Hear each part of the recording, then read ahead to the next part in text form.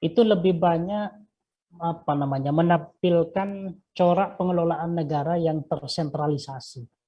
Jadi walaupun ada semangat dan spirit untuk agar daerah itu diberdayakan, tapi karena situasi politiknya pada masa itu menginginkan atau jalannya pemerintahan itu dijalankan secara sentralistik, akhirnya sistem pemerintahan daerah kita itu tidak banyak berubah, tidak banyak berkembang. Nah, baru setelah kita melakukan perubahan desain konstitusional tentang hubungan pusat dan daerah ini, terutama setelah adanya kebijakan desentralisasi itu, maka pembahasan dan diskusi tentang sistem pemerintahan daerah ini lalu kemudian menjadi sesuatu yang sangat dinamis. Nah, secara konstitusional, ketentuan tentang pemerintahan daerah ini diatur di sejumlah pasal, dari pasal 18, pasal 18A, dan kemudian pasal 18B. Nah, pasal 18 ini apa isinya? Pasal 18 itu isinya terdiri dari beberapa ayat. Yang pertama, ayat 1, pasal 18 itu berisi ketentuan negara kesatuan Republik Indonesia dibagi atas daerah-daerah provinsi, daerah provinsi itu dibagi atas kabupaten dan kota, dan tiap-tiap provinsi, kabupaten, dan kota itu mempunyai pemerintahan daerah yang diatur dengan undang-undang. Nah, saya sengaja memberi warna merah di kata dibagi atas dalam pasal 18 ayat 1 ini. Dibagi atas ini pilihan diksi terhadap dibagi atas itu punya makna secara hukum. Karena apa? Karena dibagi atas ini bisa saja dia diganti, tidak menggunakan diksi dibagi atas, tapi misalnya diganti menjadi terdiri atas, ya kan, terdiri atas. Jadi negara kesatuan Republik Indonesia terdiri atas daerah provinsi, yang daerah provinsi itu terdiri atas kabupaten kota. Bisa kita ganti begitu. Nah, sekilas terdiri atas dan dibagi atas itu sekilas itu punya makna yang sama, terutama kalau kita tinjauannya hanya semata-mata dari segi bahasa. Tapi dari segi yuridis atau dari segi hukum, dibagi atas dan terdiri atas itu ternyata punya makna yang dan konsekuensi yang berbeda. Apa perbedaannya? Kalau menggunakan terminologi terdiri atas, itu akan berimplikasi pada makna bahwa antara daerah pemerintahan pusat, pemerintah pusat, kekuasaan pusat, provinsi dan kabupaten kota itu punya kedaulatan masing-masing. Kalau kita menggunakan terdiri atas, berarti boleh dibilang sistemnya itu adalah sistem federalisme. Jadi ada struktur kekuasaan di tingkat pusat, regional, dan daerah, ya kan? Atau kalau di kita itu ada pusat, provinsi, dan kabupaten kota, yang itu masing-masing sudah ditetapkan kedaulatannya masing-masing dan tidak bisa saling mengintervensi terkait dengan kedaulatan masing-masing itu. Nah, kita karena semangatnya masih semangat negara kesatuan, kita tidak bermaksud untuk susunan pemerintahan kita dari pusat sampai daerah itu dibagi atau disusun berdasarkan federalisme, maka pilihannya kemudian kita menggunakan diksi dibagi atas. Nah, apa maknanya? Bahwa memang betul secara struktural kelembagaan negara kita itu terdiri dari pemerintah pusat, kabupaten, kota, provinsi, dan kabupaten kota. Tetapi kabupaten kota dan provinsi itu menjadi bagian dari negara kesatuan, ya kan? Jadi dia tidak punya kedaulatan secara mandiri sebagaimana dalam paham federalisme. Nah, makanya kemudian pilihan diksinya adalah dibagi atas.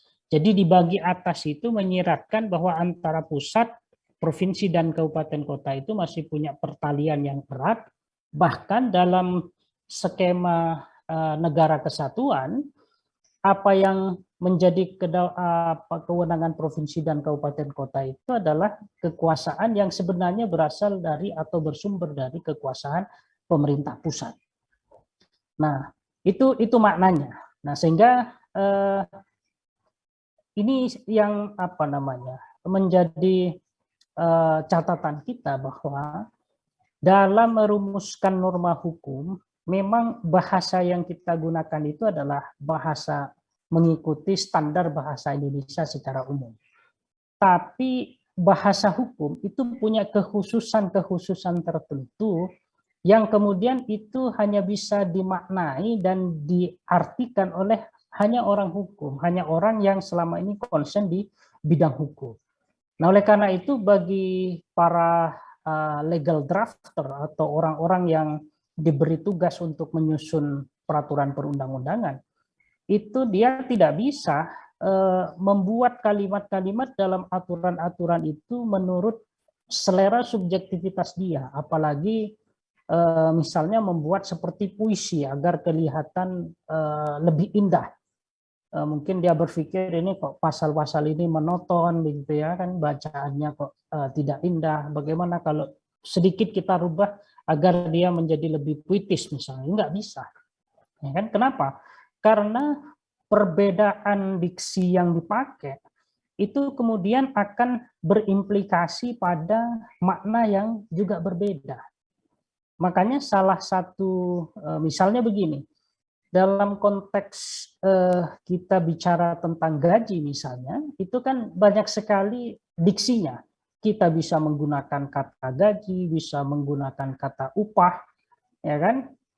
Bisa juga menggunakan kata-kata yang lain. Nah, salah satu prinsip dalam pembentukan peraturan perundang-undangan itu adalah kita dilarang untuk memakai satu diksi untuk maksud yang sama. Memakai diksi yang berbeda untuk maksud yang sama. Oleh karena itu ketika misalnya kita menggunakan kata gaji, nggak boleh di bawahnya lalu kemudian kita pakai kata upah misalnya. Walaupun sekali lagi dalam bahasa sehari-hari, upah dan gaji itu sama. Tapi sekali kita menyusun peraturan perundang-undangan nggak boleh. Karena apa? Karena perbedaan diksi itu harus dimaknai, dia punya makna yang beda. Jadi kalau di atas misalnya di pasal di atas kita menggunakan kata gaji, kok tiba-tiba di bawah menggunakan kata upah misalnya, itu harus dimaknai bahwa itu berbeda.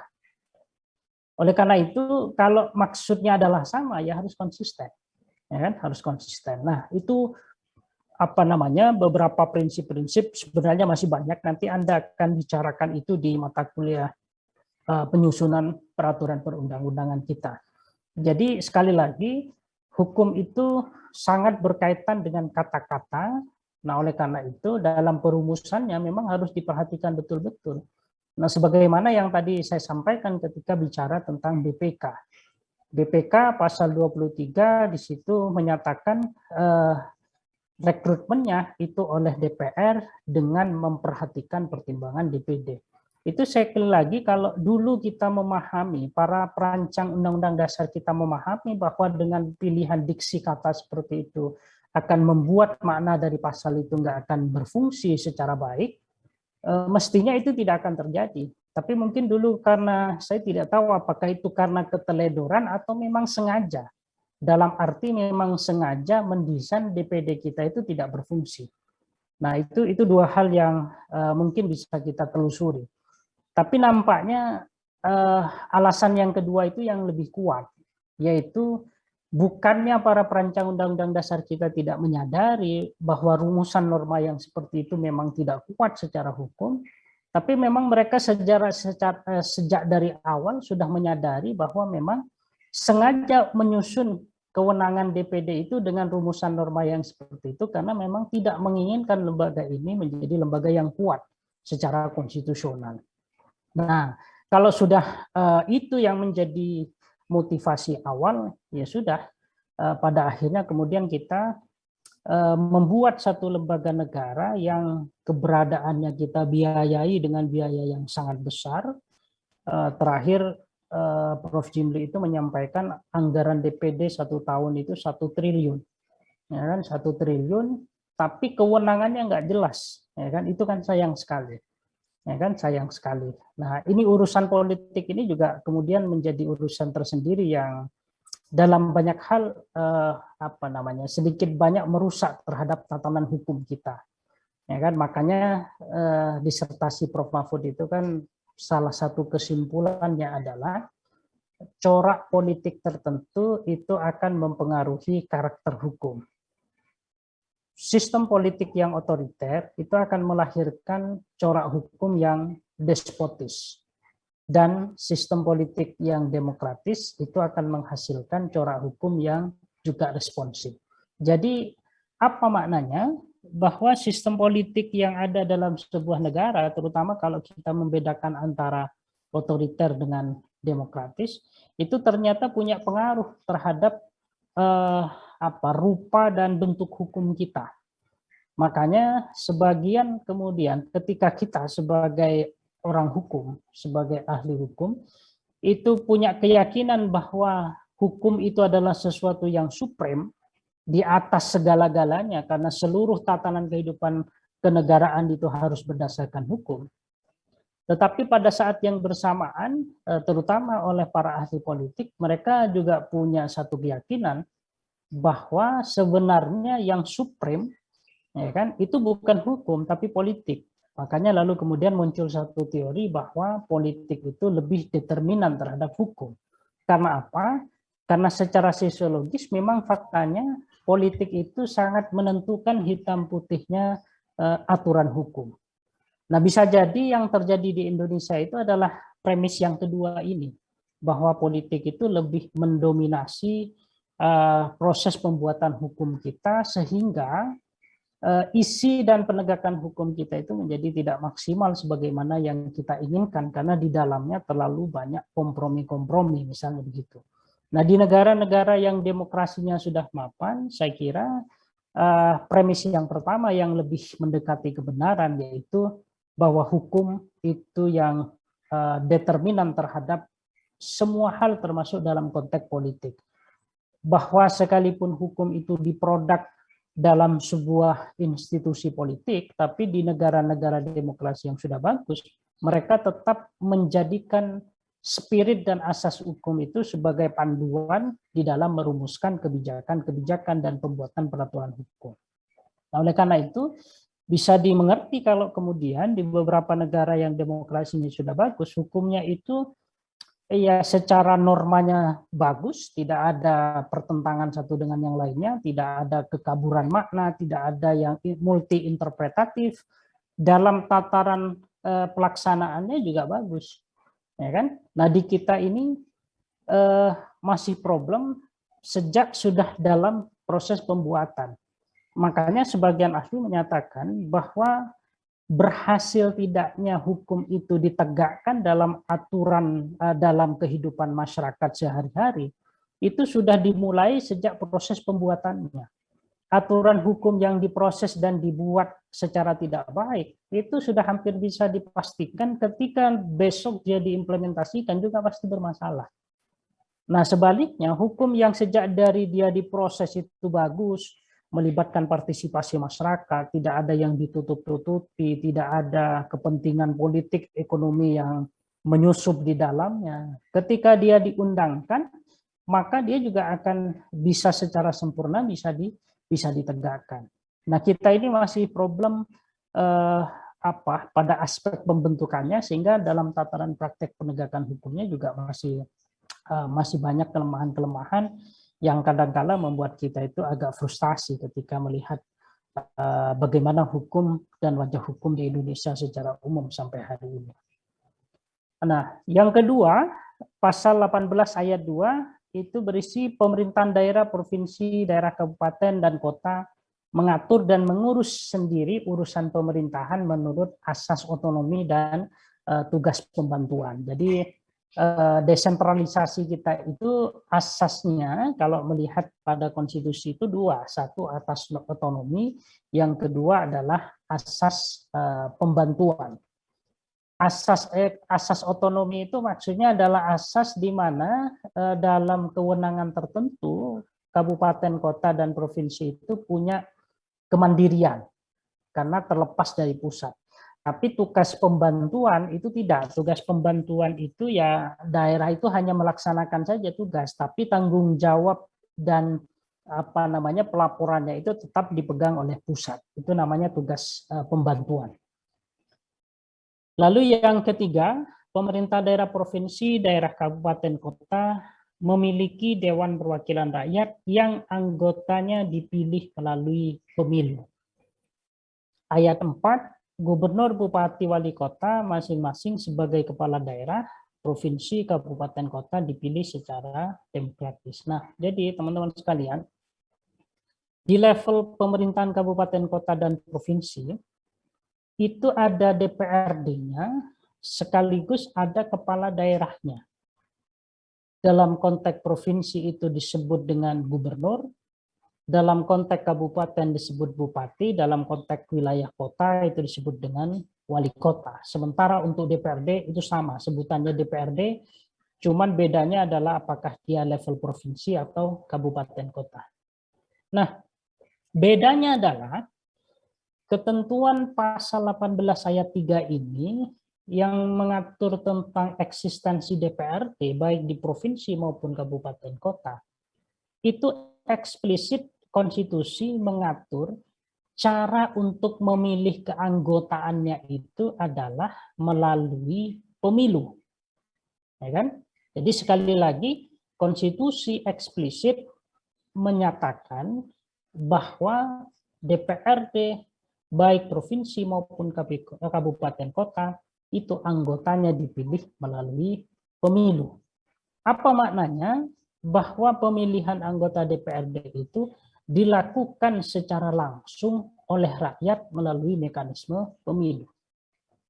Nah, sementara untuk kepala daerahnya, baik itu gubernur, bupati, dan wali kota, itu tidak secara eksplisit konstitusi menyebut harus dipilih melalui pemilu, ya kan? Tetapi konstitusi menggunakan diksi atau terminologi dipilih secara demokratis.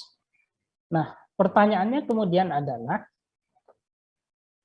apakah beda antara dipilih melalui pemilihan umum dan dipilih secara demokratis? Tadi di awal saya sudah menjelaskan bahwa secara teori peraturan perundang-undangan, ketika kita memilih menggunakan diksi yang berbeda, sekalipun dalam pengertian bahasa sehari-hari itu punya kesamaan, maka wajib hukumnya ketika diksi yang dipakai itu berbeda, wajib hukumnya kita memaknai bahwa itu punya pemahaman atau pengertian yang berbeda. Sehingga dalam konteks ini, sekalipun kita tahu bahwa pemilu itu merupakan mekanisme pemilihan yang demokratis, ya kan? Pemilu itu merupakan mekanisme pemilihan yang demokratis, tetapi yang menjadi catatan kita, tidak selalu pemilihan yang demokratis itu mekanismenya harus pemilu, ya kan? Jadi sekali lagi, pemilihan umum itu adalah mekanisme yang paling demokratis. Itu kita setuju. Tapi pemilihan yang demokratis tidak selalu bentuknya adalah pemilu. Nah, sehingga dari pengertian itu, pemilu itu maknanya lebih sempit daripada dipilih secara demokratis.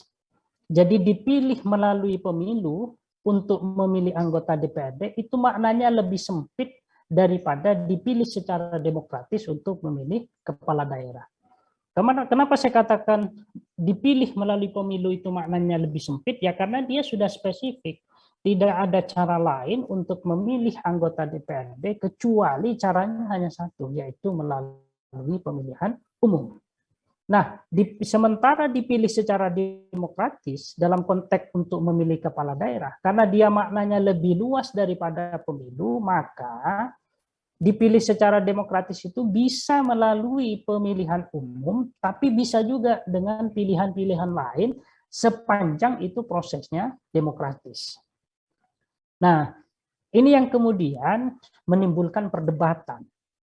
Apakah dipilih secara demokratis itu harus pemilu? Nah, saya katakan tadi tidak, dan itu juga sudah ada putusan Mahkamah Konstitusi. Nah, pertanyaannya adalah, kenapa desain konstitusi ayat 4 tentang pemilihan gubernur, bupati, wali kota itu, konstitusi tidak eksplisit menyebut harus dipilih melalui pemilu, sebagaimana DPRD. Kenapa menggunakan terminologi dipilih secara demokratis? Nah, ini ada hubungannya dengan ketentuan pasal 18B.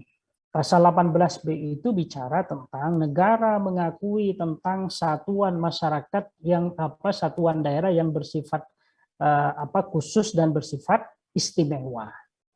Nah, dan kita tahu tidak semua kepala daerah di Indonesia, terutama di daerah-daerah khusus dan istimewa itu, cara pemilihannya melalui pemilu. DKI Jakarta misalnya sebagai daerah khusus ibu kota, dia daerah khusus. Wali kota itu tidak dipilih, tapi dia ditunjuk oleh gubernur, ya kan? Ditunjuk oleh gubernur. Lalu DIY, gubernur wakil gubernur itu tidak dipilih, tapi berasal dari keturunan Pakualam dan Kesultanan Jogja.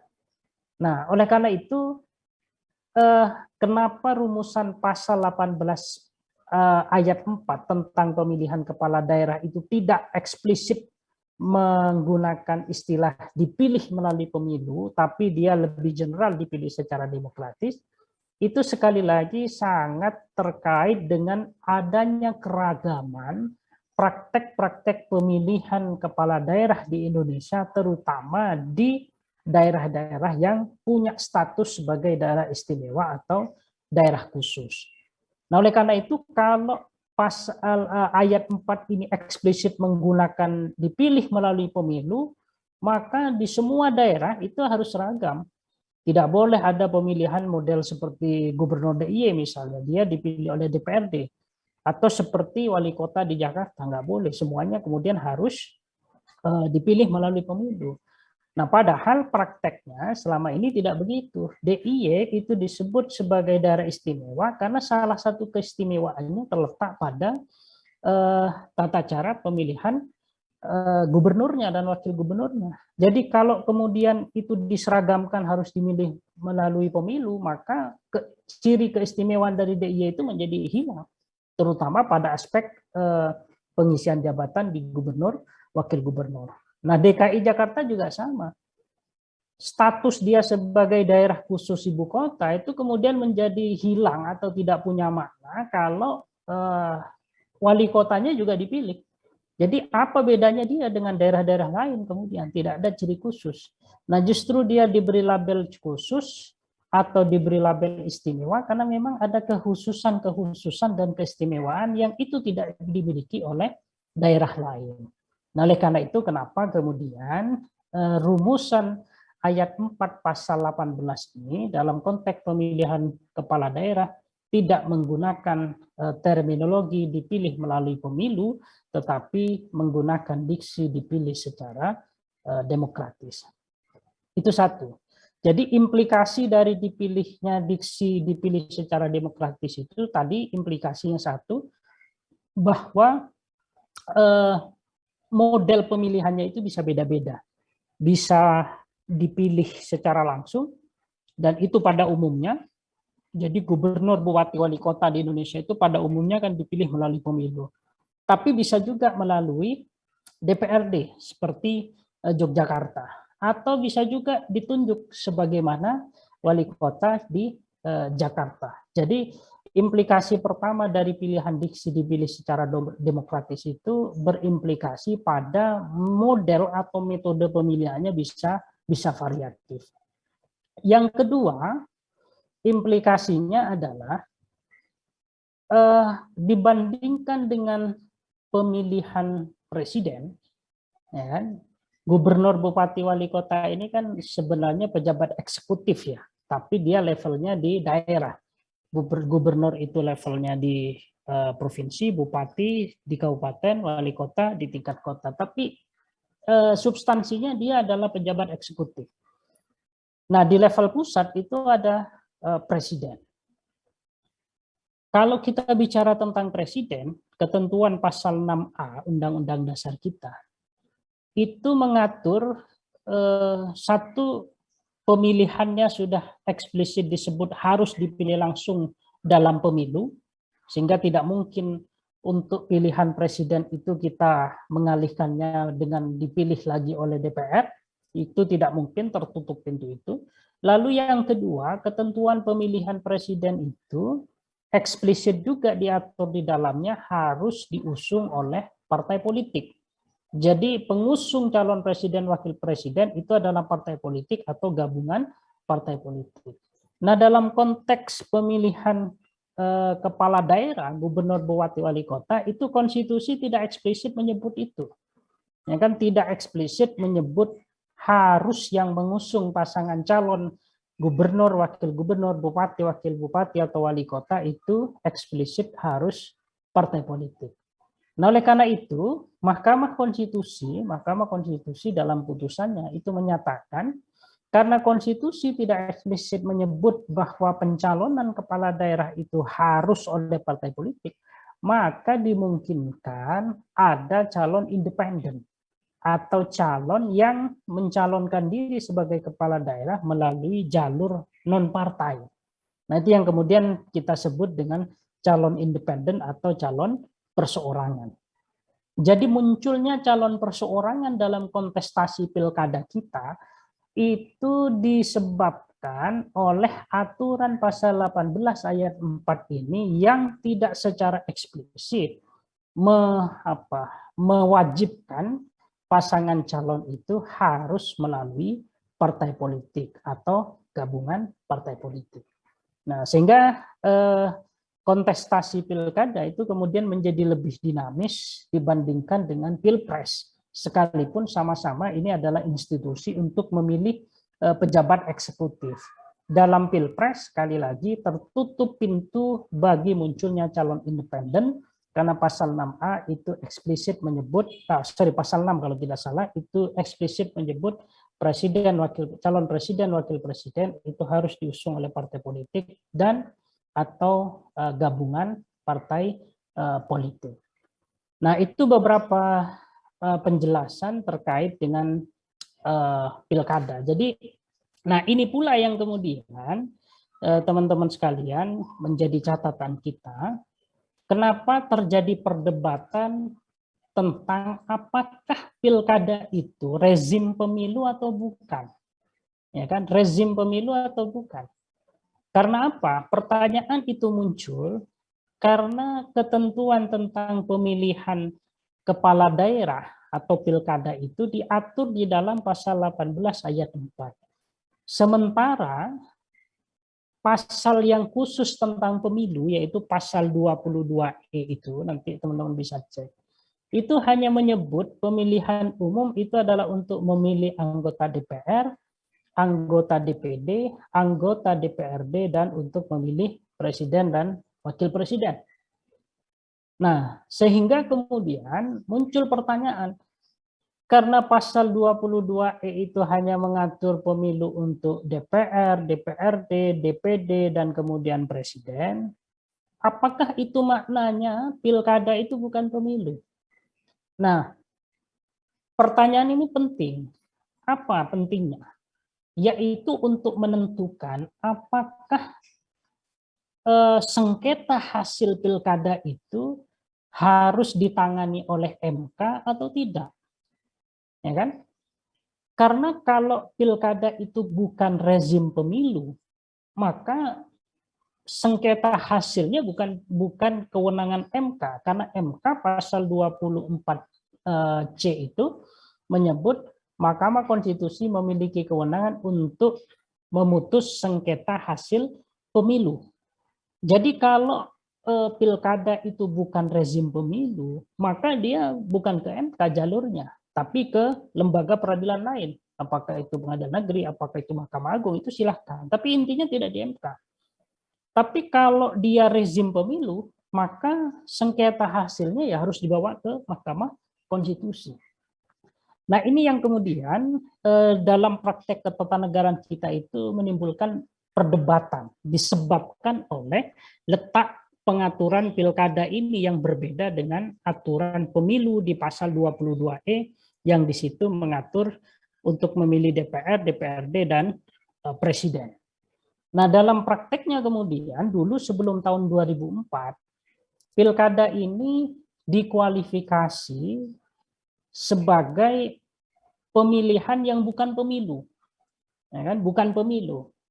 Karena dia dianggap bukan rezim pemilu dengan argumentasi bahwa dia aturannya terpisah tidak di pasal 22E tapi di pasal 18 ayat 4.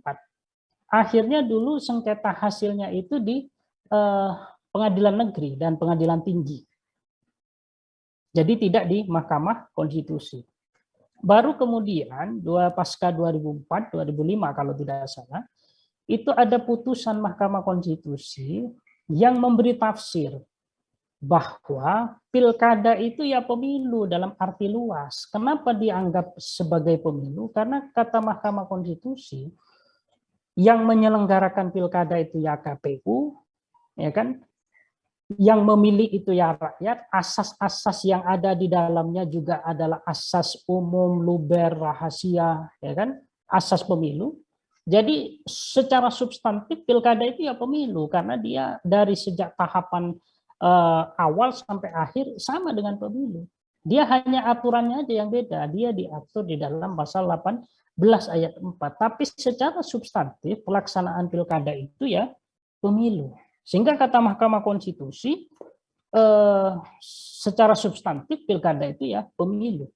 Nah, karena Mahkamah Konstitusi memberi tafsir bahwa pilkada itu adalah pemilu, maka sejak saat itu lalu kemudian ada perubahan dalam penyelesaian hasil sengketanya. Ya kan, sengketa hasilnya yang pada awalnya dilimpahkan ke pengadilan negeri sejak adanya putusan MK itu karena dia dikualifikasi sebagai pemilu, maka pilkada itu lalu dilimpahkan ke Mahkamah Konstitusi.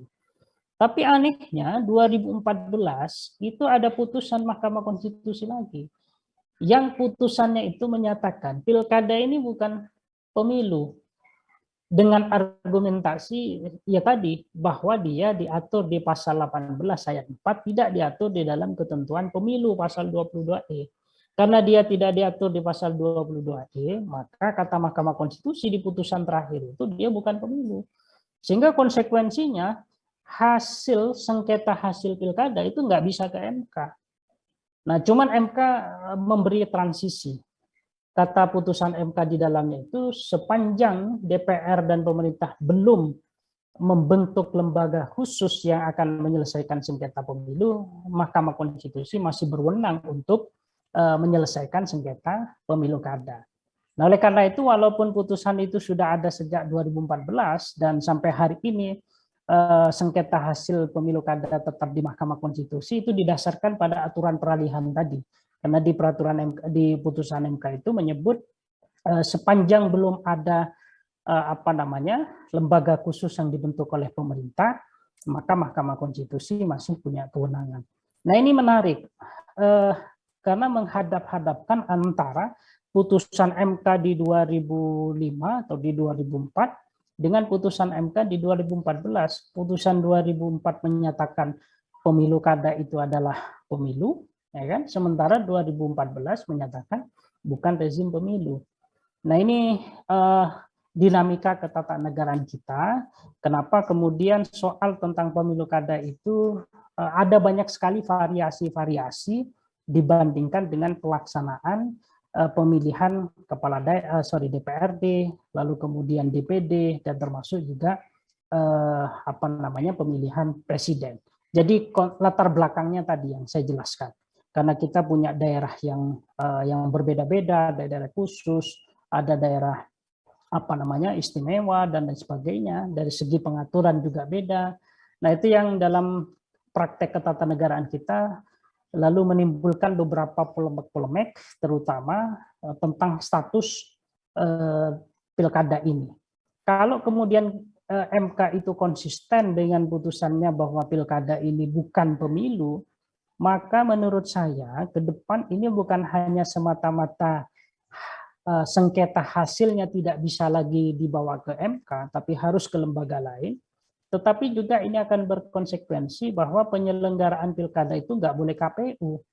Kenapa? Karena di dalam undang-undang dan konstitusi kita, KPU itu adalah penyelenggara pemilu. Jadi kalau pemilihan gubernur, bupati, wali kota tidak dikualifikasi sebagai pemilu, maka dia harus lembaga lain yang menyelenggarakan. Karena kalau KPU, maka dia melanggar tupoksinya, melanggar fungsi dan tugasnya, yaitu sebagai penyelenggara pemilu. Sementara putusan MK menyatakan pilkada bukan pemilu. Nah, itu satu persoalan lain. Nah, kita nggak tahu apakah nanti akan ada lembaga lain yang akan melaksanakan pemilihan kepala daerah ini di luar dari KPU. Karena kalau kita mau konsisten juga harus konsisten begitu, tidak bisa kemudian hanya parsial, hanya untuk hasilnya saja yang tidak bisa dibawa ke MK. Tapi persoalan tentang penyelenggaranya pun juga tidak boleh dilakukan oleh KPU, karena KPU jelas dikatakan dia adalah penyelenggara pemilu. Jadi kalau pilkada bukan pemilu, maka dia nggak boleh diselenggarakan oleh KPU. Nah, pasal 18 ayat 5, pemerintah daerah menjalankan otonomi seluas-luasnya, kecuali urusan pemerintah yang oleh undang-undang ditentukan sebagai urusan pemerintah pusat. Nah, ini yang seringkali orang menyebut model perumusan tentang desentralisasi atau otonomi daerah kita itu lebih dekat dengan model federalisme, ya kan, federalisme. Kenapa begitu? Karena salah satu pembeda antara pembagian kewenangan antara pusat dengan daerah dalam negara kesatuan dan dalam negara federal itu kan, kalau dalam negara federal teori sisa, ya kan, teori sisa, fungsi sisa dari peraturan dari sebuah fungsi pemerintahan itu ada di kabupaten kota atau di daerah negara bagian. Jadi dalam negara federal itu yang ditentukan dulu itu, yang ditentukan secara rigid tentang tugas dan kewenangannya itu adalah pemerintahan federalnya, pemerintahan pusatnya. Anda pemerintah pusat punya kewenangan 1, 2, 3, 4, 5. Sisanya, nah itu yang disebut dengan teori residu, teori sisa. Sisanya dari kewenangan yang di luar yang diberikan ke pusat itu adalah kewenangan daerah-daerah negara bagian. Nah, dalam konsep negara kesatuan itu kebalik, itu dibalik. Dibaliknya gimana? Apa yang menjadi kewenangan daerah itu ditentukan. Anda daerah punya kewenangan 1, 2, 3, 4, 5. Sisanya dari di luar dari yang 5 itu adalah kewenangan pusat. Itu kalau dalam negara kesatuan dengan asas otonomi. Nah, kalau kita perhatikan pasal 18 ayat 5, ini kan model pembagian seperti negara federal. Karena dia mengatakan pemerintah daerah menjalankan otonomi seluas-luasnya. Jadi seluruh kewenangan itu punya daerah. Kecuali urusan pemerintahan yang oleh undang-undang ditentukan sebagai urusan pusat. Jadi urusan pusat itu justru yang ditentukan 1, 2, 3, 4, 5, sisanya itu adalah urusan daerah. Nah, ini kan model pembagian urusan sebagaimana model negara federal. Makanya kemudian di dalam Undang-Undang Otonomi Daerah kita, pusat itu kan punya kewenangan 1 di bidang agama, yang kedua di bidang militer, yang ketiga di bidang finansial, ekonomi, dan moneter, lalu keempat itu di bidang peradilan, dan kelima itu di bidang pertahanan. 5 itu. Sisanya itu punya daerah. Nah, ini kan modelnya model pembagian kewenangan di negara federal. Mestinya kalau kita konsisten, kita ini sebagai negara kesatuan, mestinya yang dirinci itu adalah kewenangan daerah. Selebihnya itu adalah kewenangan pusat. Nah, makanya dari segi aturan kita itu sebenarnya agak problematik, ya kan. Secara prinsip asasnya kita tetap mempertahankan negara kesatuan, tapi corak pengaturan hubungan kewenangan antara pusat dengan daerah itu justru kita mengadopsi corak pembagian kewenangan yang ada dalam negara-negara federal. Bahkan dulu di Undang-Undang Pemda kita yang pertama setelah reformasi tahun 99, Undang-Undang nomor 22, itu seringkali para ahli menyebut kita itu lebih federal daripada negara federal. karena memberikan banyak sekali keleluasaan kepada daerah-daerah untuk menyelenggarakan urusan, sementara pusat itu terbatas sekali. Nah itu apa namanya anomali-anomali yang ada dalam negara kita terkait dengan otonomi kita. Jadi secara prinsip kita menyatakan sebagai negara kesatuan, tapi pembagian tugasnya justru menggunakan mekanisme atau pembagian tugas yang dikenal di negara-negara federal. Yang keenam, pemerintah daerah berhak menetapkan peraturan daerah dan peraturan-peraturan lain untuk melaksanakan otonomi dan tugas pembantuan. Nah, ini juga problemnya di sini. Kalau secara aturan, Perda itu kan hierarkinya paling bawah dia. Undang-undang dasar, undang-undang, lalu kemudian peraturan pemerintah, peraturan presiden, Perda provinsi dan kabupaten kota. Nah, kalau kita lihat ketentuan ayat 6 ini, ya kan, ayat 6 ini khusus untuk melaksanakan otonomi dan tugas pembantuan, dikatakan daerah itu berhak menetapkan peraturan. Berarti apa? Perda di bidang otonomi dan perda di bidang untuk menjalankan tugas pembantuan itu perintah langsung dari konstitusi, ya kan, bukan perintah dari undang-undang. Berarti apa? Perda khusus di bidang otonomi dan tugas pembantuan itu levelnya kalau dilihat dari teori delegasi peraturan ini, dia levelnya sama dengan undang-undang, karena undang-undang itu perintahnya juga perintah langsung dari konstitusi. Jadi tidak semua perda itu karena ada perintah dari undang-undang atau peraturan pemerintah, tidak. Sebagian dari perda itu, terutama untuk 2 perda di bidang otonomi dan tugas pembantuan, itu dasar pembentukannya adalah karena ada perintah konstitusi. Nah, sehingga kalau dilihat dari karena dia adalah perintah konstitusi secara langsung, mestinya dia sejajar dengan undang-undang, ya kan, di atas dari di atas dari perpres dan peraturan pemerintah, karena peraturan pemerintah itu dasar kewenangannya undang-undang. Perpres juga sama, bahkan perpres dasar kewenangannya bisa melalui peraturan pemerintah, jadi lebih rendah lagi. Jadi perda di bidang otonomi dan tugas pembantuan itu justru dia diatur, diperintahkan langsung oleh konstitusi. Sehingga kalau kita melihat dari segi mandat ini, mandat pembentukannya yaitu secara langsung oleh konstitusi. Nah, seharusnya tidak semua perda itu kita berlakukan sama secara hierarki, yaitu dia paling bawah. Terhadap perda-perda di bidang otonomi dan tugas pembantuan, karena kewenangan pembentukannya itu diperintahkan langsung oleh konstitusi, maka mestinya dia sejajarnya dengan undang-undang. Nah, oleh karena itu dalam konteks ini maka judicial review-nya mestinya tidak ke Mahkamah Agung tapi ke Mahkamah Konstitusi, karena akan melihat apakah perda otonomi dan perda tugas pembantuan itu sesuai atau tidak dengan konstitusi, bukan sesuai atau tidak dengan undang-undang. Kenapa? Karena pembentukannya tadi bukan melalui perintah undang-undang tapi melalui perintah konstitusi, sehingga kesesuaiannya itu adalah apakah dia sesuai atau tidak dengan konstitusi. Nah, ini yang kemudian yang kemarin sudah saya sampaikan, mestinya ke depan memang judicial review itu cukup disatu atapkan di Mahkamah Konstitusi, tidak terpisah seperti sekarang, sehingga problem-problem hukum seperti ini bisa ditangani. Yang ketujuh, susunan dan tata cara penyelenggaraan pemerintahan daerah diatur dalam undang-undang. Baik, sampai di sini ada pertanyaan, teman-teman sekalian?